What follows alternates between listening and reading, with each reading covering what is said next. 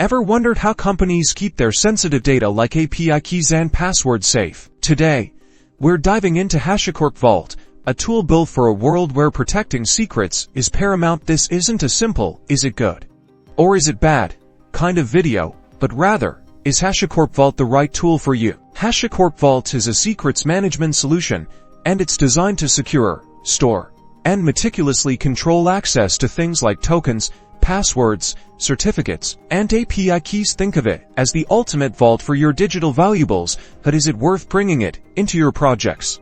Let's break it down. Vault's core strength lies in its ability to centralize all your secrets instead of scattering API keys across code or config files. You park them in Vault. Then, Vault uses authentication methods to verify who is accessing what. This control is implemented through policies that are the rulebooks dictating who can access what. Evaluating your security needs is key to determining if Vault fits your project. You need to meet specific compliance regulations.